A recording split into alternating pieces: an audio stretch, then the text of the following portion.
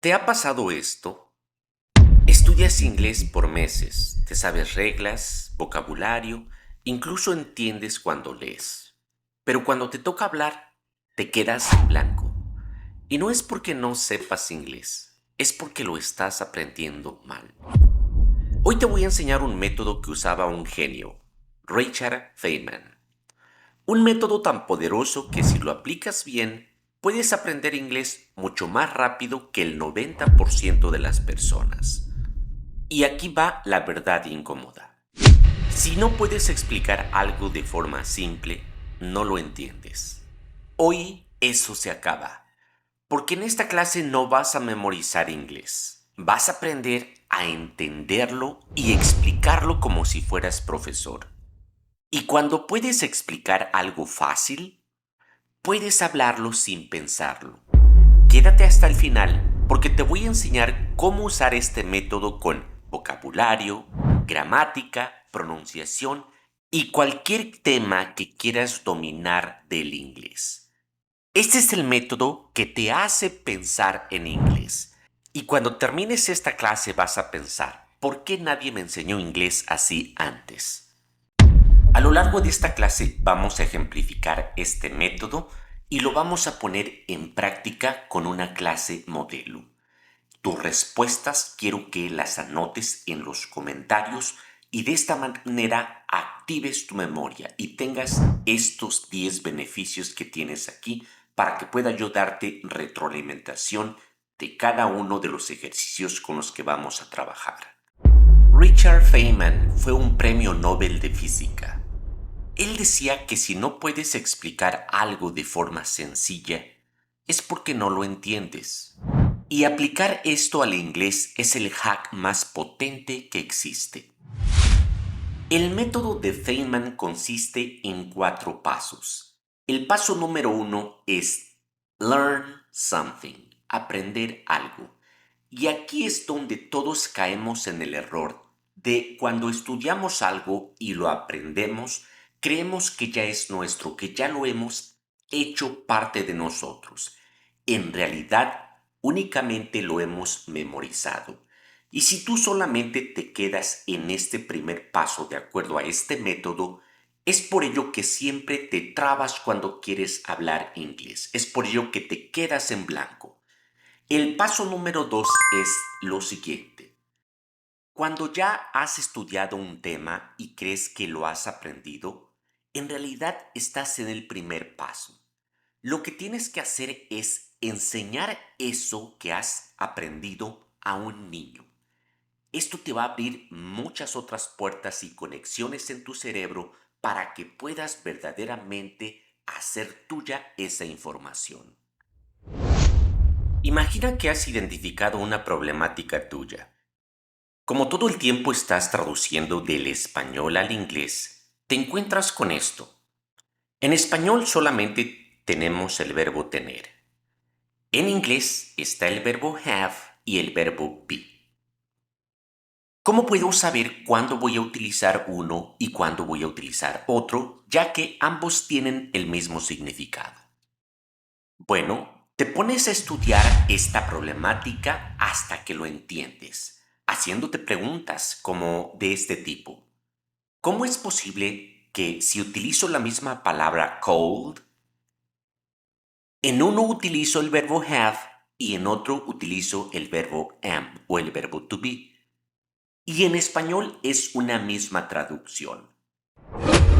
Al estudiar y reflexionar sobre esta problemática que tienes, te encuentras con lo siguiente. El verbo to be significa tener cuando estás hablando de sensaciones. Entonces, ejemplos como I am cold, I am hungry, I am thirsty son sensaciones, por lo tanto voy a traducir como tengo frío, tengo hambre, tengo sed. El primer paso de este método quedaría ejemplificado de esta manera. Pero no te quedes aquí. Si ya has comprendido la naturaleza o diferencia entre el verbo have y el verbo be, ahora pasa a el siguiente paso, que es el número 2. ¿Cómo explicarías este mismo tema a un niño de 10 años? Esto significa que tu cerebro tiene que reflexionar y hacer esto más simple. Y en ese proceso de reflexión está haciendo suya esta información. Probablemente llegues a la siguiente conclusión. Bueno, vas a utilizar el verbo have si lo que dices que tienes lo puedes tocar con tus manos y si lo puedes contar con números. Si no puedes hacer una u otra cosa, entonces vas a utilizar el verbo to be. A medida que puedas explicar esto de la forma más fácil, incluso con una mnemotecnia como la mnemotecnia TOCO, con que el niño entienda esta mnemotecnia TOCO, que significa tocar y contar, con eso él va a saber la diferencia cuando utilizar el verbo have y cuando utilizar el verbo to be.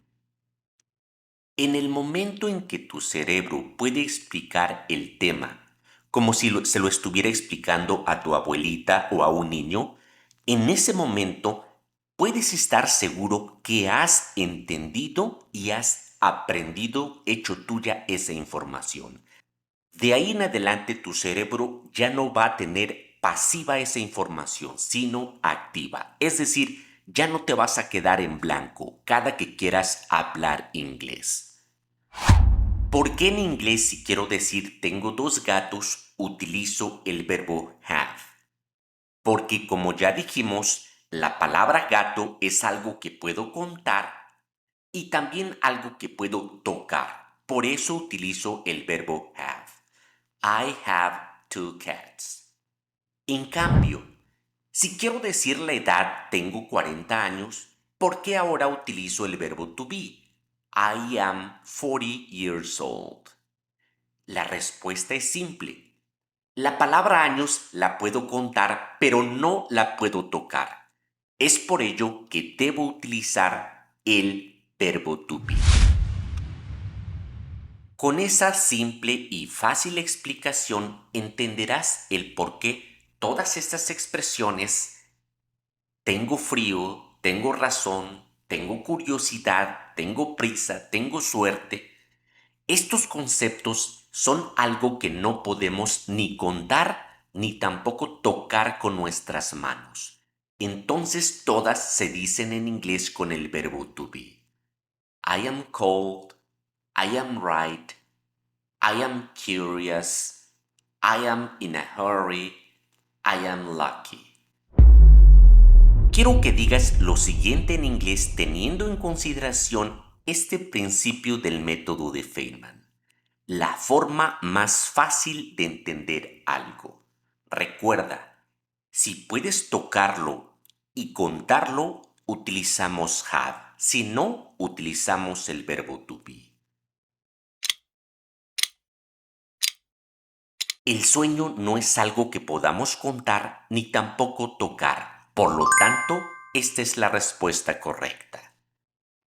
I am sleepy.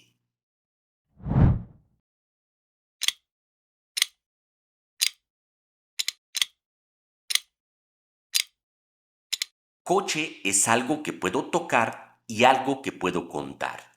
Un coche, dos coches, etc. I have a car.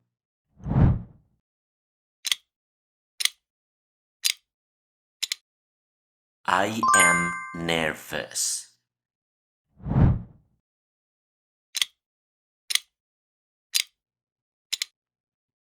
I have a lot of money.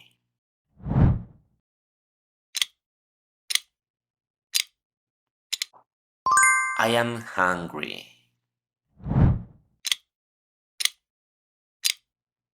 I am thirsty.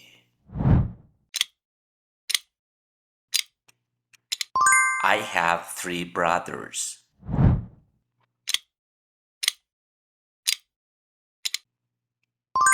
I am hot.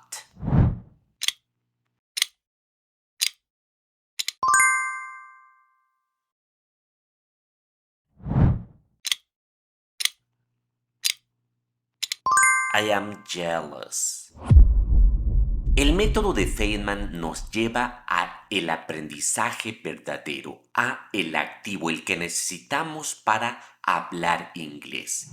El concepto niño que estamos utilizando en este método es simplemente una figura. En realidad se refiere a que te expliques a ti mismo de la forma más simple, de la forma más fácil. De esa manera, tu cerebro va a recordar esa información para siempre. Ejemplifiquemos con otro caso. Vamos a suponer que tú estás aprendiendo el auxiliar do y el auxiliar does. Tú has aprendido lo siguiente. El auxiliar do se utiliza en inglés para formular oraciones interrogativas y se coloca antes del sujeto. Esta es la regla y la has aprendido. Pero en realidad estás en el primer paso. Trata de explicar esta regla a un niño que muy probablemente no entiende los conceptos que hay en esta definición. Cuando utilizo este método para aprender algo, ya sea a mis amigos o a mí mismo, me digo, el do y el does no significan nada. Son solo luces de tráfico. El do te avisa que viene una pregunta y esa pregunta es en presente. En inglés el verbo es tan perezoso que no sabe hacer preguntas solo, así que contrata a un ayudante llamado do o das para que cargue el signo de interrogación por él. En español nosotros iniciamos la pregunta con un signo de interrogación. En inglés, el do es el que te avisa que viene una pregunta, por esto no utilizamos signo de interrogación al principio, solamente al final. ¿Ves la diferencia entre memorizar la regla y entender la función? De esta manera, cuando yo escucho la palabra do, automáticamente mi cerebro sabe que después viene una pregunta. Do you like pizza? Do you have brothers? Do you live here? Automáticamente ya sé que el do me está avisando que viene una pregunta en presente. Y entendiendo la función, no la regla, te es súper fácil entender el inglés. ¿Qué pasa con el auxiliar did? Lo mismo, cuando lo escuchamos es porque nos está avisando que viene una pregunta, pero ya no una pregunta en presente, sino en tiempo pasado, algo que ya ocurrió. Did you like the party? Did you watch this movie? Did you go to France? ¿Te gustó la fiesta? ¿Viste esta película? ¿Fuiste a Francia? Lo mismo con el auxiliar will. Solamente me está indicando o avisando que viene una pregunta en tiempo futuro. No significa nada estos auxiliares. Únicamente nos están avisando eso. Will you come tomorrow? Will you help me? Will you arrive early? ¿Vendrás mañana? ¿Me ayudarás? ¿Llegarás temprano? Cuando primero escucho el auxiliar, automáticamente mi oído sabe que viene una pregunta, ya sea en tiempo presente, pasado o futuro. A continuación te voy a dar una mini clase utilizando el método de Feynman. Quiero que me digas si te es más fácil y más rápido aprender con este método. Primero vamos a iniciar con el método tradicional. Si estuvieras estudiando el presente perfecto, lo aprenderías de la siguiente manera. El presente perfecto lo utilizamos para acciones pasadas que tienen relevancia en el presente. Estudiamos su estructura, que es, para hacer preguntas, iniciamos con el have, después el sujeto y en tercer lugar el verbo en pasado participio. Analizamos ejemplos como este. Have you cleaned your room? ¿Has limpiado tu cuarto? Y con esto creemos que lo hemos aprendido, cuando en realidad, de acuerdo con el método de Feynman, estamos únicamente en el primer paso de los cuatro que tenemos que atravesar. Este primer paso corresponde a un conocimiento pasivo, es decir, te va a ayudar para que puedas leer y entender cuando te encuentres el presente perfecto. Pero ¿qué pasa cuando tienes que hablar? Como en el siguiente ejemplo. Imagina que tú quieres decir lo siguiente. ¿Ya hiciste tu tarea?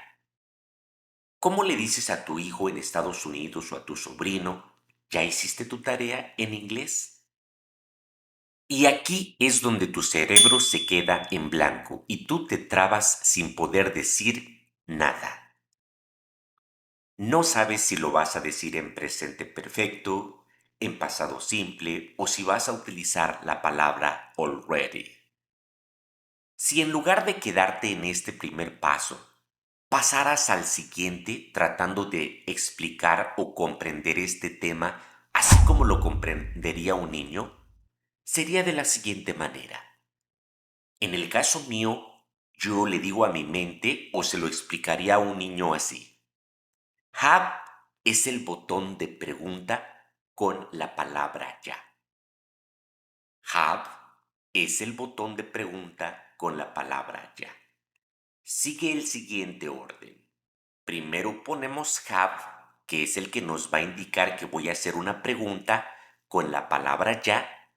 Después sigue persona y en tercer lugar la acción del verbo en pasado participio. Entonces, si yo quiero hacer esta pregunta, ¿ya hiciste tu tarea? Como es una pregunta que tiene la palabra ya, voy a utilizar el have. Have, después la persona que eres tú. Have you? Después el verbo en pasado participio. Have you done your homework? Have you done your homework? Ve cómo no estoy entendiendo ni traduciendo la pregunta en inglés de manera literal, sino de manera práctica. Así es como un niño lo entendería mejor. Quiero ver si a tu cerebro le es más fácil decir los siguientes enunciados. Este es un pequeño quiz para poner a prueba esto. Recuerda que have es el botón para hacer preguntas con la palabra ya. Siguiendo este orden, have, persona, acción. Recuerda que la acción aquí es del verbo y la vamos a poner en pasado participio.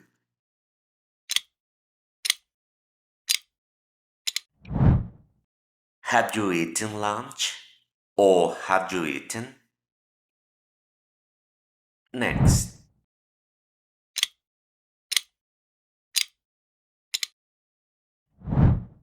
Have you called your parents?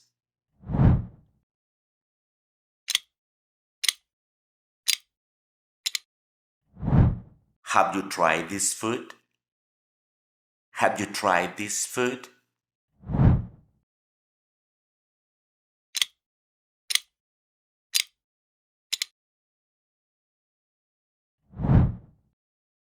Have you watched this video? Have you watched this video?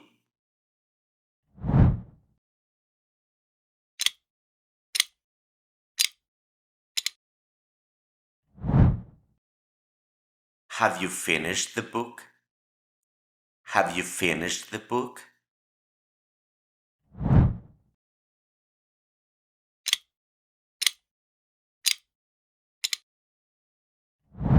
Have you studied for the test or have you studied for the exam?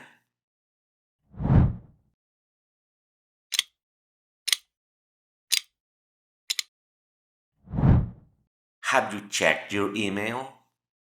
Have you checked your email?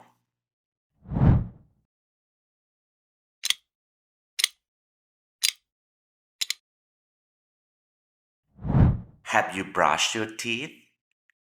Have you brushed your teeth?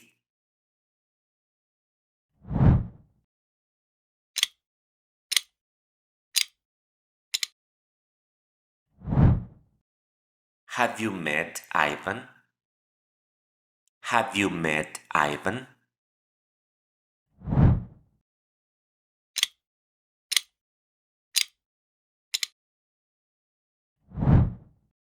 Have you finished your work? Have you finished your work?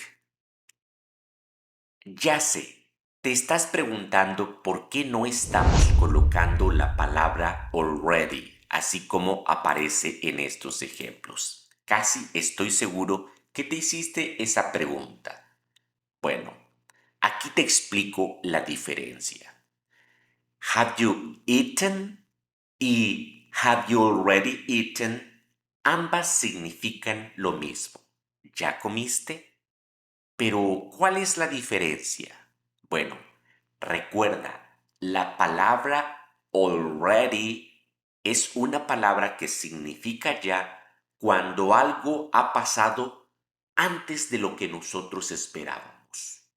Cuando algo se ha adelantado a lo que nosotros habíamos previsto. En pocas palabras, cuando utilizamos la primera pregunta, ¿Have you eaten? ¿Ya comiste? Lo hacemos de una manera natural.